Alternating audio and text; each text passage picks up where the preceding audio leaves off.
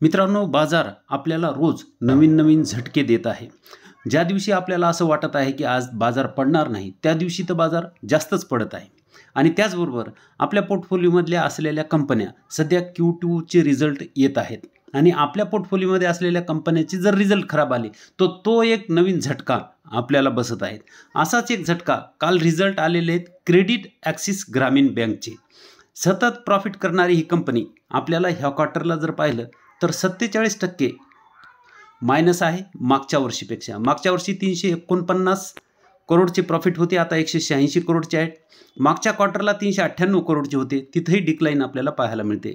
Cells मात्र मागच्या वर्षी 1247 करोड होते, आता 1453 करोड झालेले आहेत.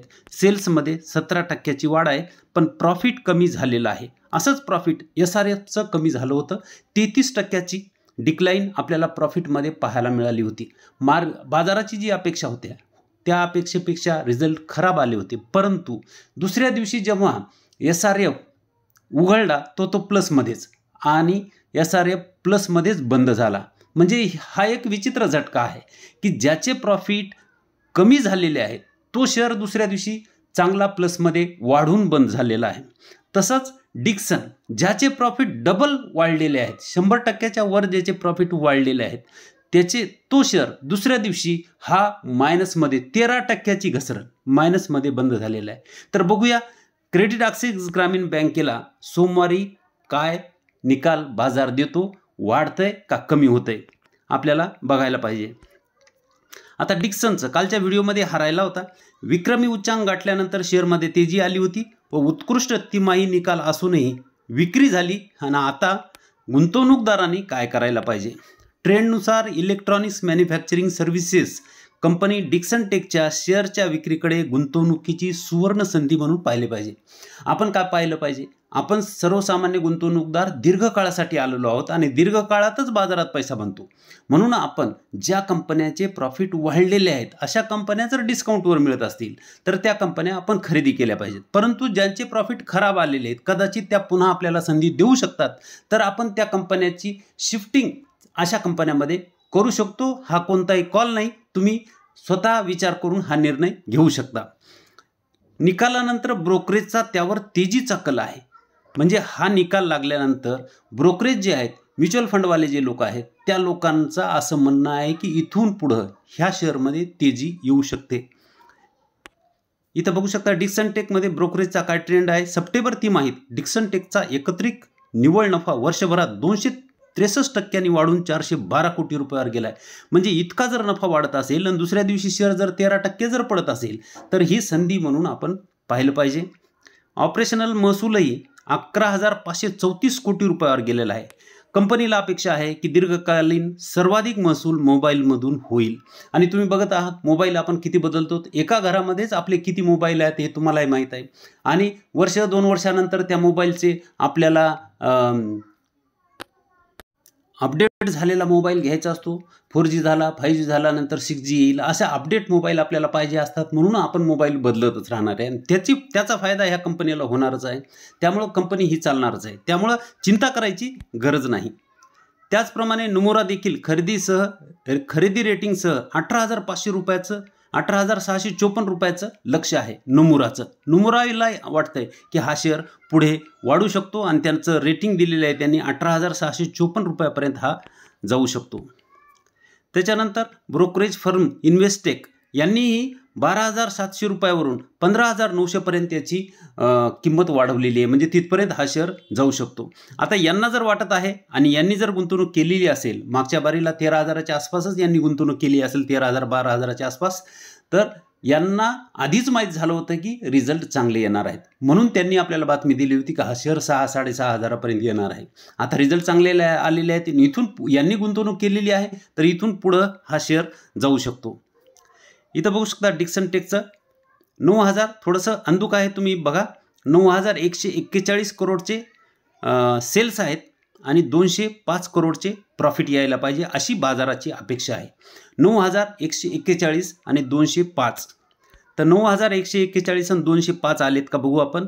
9,141 यायला पाहिजे होते, 11,534 आलेत आणि 205च्या ऐवजी इथं आपण बघू शकतो की 412 आलेले आहेत. म्हणजे डबलपेक्षा जास्त झालेले आहेत. आता हे डबलपेक्षा जास्त का झाले? इथं बघू शकता तुम्ही अदर इन्कम जे आहे, इथं अदर इन्कम आहे ते 206 आहे. इथं तुम्हाला अगोदर कधीही तेवढं अदर इन्कम पाहायला मिळत नाही, पण इथं 206 करोड रुपयाचं अदर इन्कम आहे. आणि याच्यामुळे शेअर पडला असेल, कारण प्रॉफिट अदर इन्कममुळं वाढलं आणि त्याच्यामुळं शेअर पडला असं जरी आपण गृहीत धरलं आणि 206 काढून टाकले, 412 मधून 206 काढले तरी 206 उरतात. म्हणजे 206 करोडचं प्रॉफिट जरी आपण धरलं अर्ध, तरी अपेक्षा आहे 205 करोडचीच. म्हणजे बाजाराची जी अपेक्षा आहे त्याप्रमाणे जर निकाल आले असतील तर शेअरला पडण्याचं काहीही कारण नाही, कारण त्याचबरोबर सेल्सही चांगल्या कंपनीनं वाढवलेले आपल्याला इथं पाहायला मिळतात, तरी शेअर पडण्याचे काही कारण नाही. आणि पुढे भविष्यात ज्या शेअरचे प्रॉफिट वाढत आहेत असे शेअर जेव्हा बाजार हा रिव्हर्स होईल, बाजार जेव्हा वाढायला चालू होईल, तर असे शेअर पहिल्यांदा पळायला लागतील. त्यामुळं आपल्या पोर्टफोलिओमध्ये स्लो असलेल्या कंपन्या किंवा ज्याचे रिझल्ट खराब येत आहेत कंपन्या, अशा कंपन्या आपण घेतल्या असतील. तेव्हा प्रॉफिट वाढत होते म्हणून आपण त्या कंपन्या खरेदी केल्या असतील, परंतु आता जर त्यांचे रिझल्ट थोडे खराब आले असतील तर ते आपण शिफ्ट करून अशा कंपन्यामध्ये आपण त्या शिफ्ट करू शकतो, जरी त्या लॉसमध्ये असल्या तरी. कारण जी कंपनी आपण घेणार आहोत तीही कंपनी खाली आलेली आहे आणि आपलीही कंपनी खाली आलेली आहे. त्यामुळं एकच लॉस धरून बसण्यापेक्षा दुसऱ्या कंपनी शिफ्ट झालं तर आपलं प्रॉफिट झपाट्यानं, जेव्हा शेअर बाजारावर जाईल त्यावेळेस आपलं प्रॉफिट हे झपाट्यानं वाढलेलं आपल्याला पाहायला मिळू शकते. त्यामुळं हा निर्णय आपण आपलं पोर्टफोलिओ बघून घ्यायचा असतो. पुढे बघूया. चार्ट जर बघितला तर आपल्याला इथं बघू शकता 13,350चा हा सपोर्ट आहे. सध्या 13,937 चालू आहे. त्याच्याही खाली 350च्या खाली शेअर आला होता. बाकी जर पाहिलं तर 12,900ला हा दुसरा सपोर्ट तो घेऊ शकतो. तर ह्या सपोर्ट ध्यानात ठेवून तुम्ही ह्या शेअरमध्ये गुंतवणूक करू शकता. भविष्यामध्ये हा आपल्याला चांगले पैसे बनवून देऊ शकतो. इथं आता सोना BLW याचेही निकाल आलेले आहेत. 17% वाढ आहे वार्षिक. 787 करोडचे प्रॉफिट मागच्या वर्षी होते, ते 922 करोड झालेले आहेत. आणि प्रॉफिट जे आहे 18 करोडचं, नाही, सेल्स जे होते 787 करोडचे ते 922 करोड झालेले आहेत. 17% वाढ आहे. आणि प्रॉफिट जे आहे 124 करोडचं हे 144 करोड झालेलं आहे. 18% वाढ प्रॉफिटमध्ये आहे. म्हणजे सेल्स आणि प्रॉफिट 17-18% हे वाढलेले इथं पाहायला मिळतात. त्यामुळं ही कंपनी पण चांगली आहे. ऑटो कंपोनंट बनवणारी ही कंपनी 699वर ट्रेड करत असलेली आपण बघू शकतो. 4% वर ही मागच्या काल आपल्याला पडलेली पाहायला मिळते. 43,441 करोडचं मार्केट कॅप आहे आणि 75चा PE बघू शकता. आणि ह्या कंपनीचे EPSही पाहिले तर वाढत आहेत. म्हणजे कोविडपासून ही कंपनी मागं फिरून पाहत नाही, सतत प्रॉफिट वाढवत आहे. आणि इथं क्वार्टरली जर आपण पाहिलं तर रिझल्ट जे आहेत ते कसे आलेले आहेत तिथं बघू शकता. 891 करोड होते मागच्या क्वार्टरला, ते 922 करोड झालेले आहेत. आणि नेट प्रॉफिट जे आहे 142 करोडचं 144 करोड आहे. म्हणजे वाढलेलंच आहे. आणि वार्षिक जर बघितलं आपण तर वार्षिक 3,185 करोड होतं, तर 3,479 करोडपर्यंत आलं आहे. आणि नेट प्रॉफिट 518 करोडचं आहे, 567 करोडपर्यंत आलेलं आहे वार्षिक जर पाहिलं तरी. त्यामुळं चांगली वाढ आहे. आणि चार्ट जर बघितला तर डाऊन ट्रेंड संपलेला आहे. हा डाऊन ट्रेंड संपलाय, अप ट्रेंड सुरू झालेला आहे. सपोर्ट घेऊन कंपनी वर निघालेली आहे 698वर. आणि ही कंपनी जर आपल्याला पुन्हा सपोर्टच्या आसपास मिळत असेल, 650च्या आसपास मिळत असेल तर खरेदीला काहीही हरकत नाही, कारण ही कंपनी पहिल्यांदा पळू शकते. त्याच्यानंतर एंजल वन ही एक चांगली कंपनी, चांगले रिझल्ट आलेले आहेत. ही कंपनी तुम्हाला चांगला पैसा बनवून देऊ शकते. आणि ह्या कंपनीत मीही गुंतवणूक केली आणि मी केली म्हणून तुम्ही करायला पाहिजे असं नाही. परंतु हिचाही डाऊन ट्रेंड संपला आहे, अप ट्रेंड सुरू झालेला आहे. सरळ सरळ दिसतंय की इथून कंपनी वर जाणार आहे. त्यामुळे ही कंपनी जर खाली मिळत असेल, मी तर उद्या ह्या कंपनीला म्हणजे सोमवारी ह्या कंपनीला खाली 2705 2707 वर ऑर्डर टाकून ठेवणार आहे. जर तिथपर्यंत आली तर ही कंपनी चांगली आहे, चांगला पैसा ही पण बनवून देऊ शकते. परंतु मी घेतोय म्हणून तुम्ही घ्यावी असं काही नाही, किंवा कोणताही कॉल किंवा टिप्स नाही. तुम्ही तुमच्या विचारानं हा निर्णय घेऊ शकता, अभ्यास करून हा निर्णय घेऊ शकता. 2799वर ही कंपनी ट्रेड करते. अजून 100 रुपये खाली आली तर चांगली संधी आपल्याला होऊ शकते. मार्केट कॅप फक्त 25,000 करोडचा आहे. म्हणजे अजून भरपूर ही कंपनी वाढू शकते. PE जास्त महाग नाही, 19चा PE पाहायला मिळतोय. त्यामुळे ह्या कंपनीमध्ये गुंतवणूक केली तर फायदा होऊ शकतो, कारण EPS चांगले वाढलेले पाहायला मिळत आहेत. आणि आता ही रिझल्ट चांगले आलेत. मिडियम PEच्या खाली कंपनी आलेली आहे. आणि इथं जर पाहिलं तर सेल्स जे आहेत ते 5,300 36 करोडपर्यंत आलेले आहेत, 450 करोडचे सेल्स आणि 47 करोडचं प्रॉफिट आहे, 1316 करोडपर्यंत आलेलं आहे. त्यामुळे ह्या कंपनीलाही काही अडचण नाही. डाऊन ट्रेंड संपलेला आहे, इथं बघू शकता. इथं ब्रेकआउट झालं आणि आता अप ट्रेंड ह्या कंपनीचा सुरू झालेला आपल्याला इथं पाहायला मिळतोय.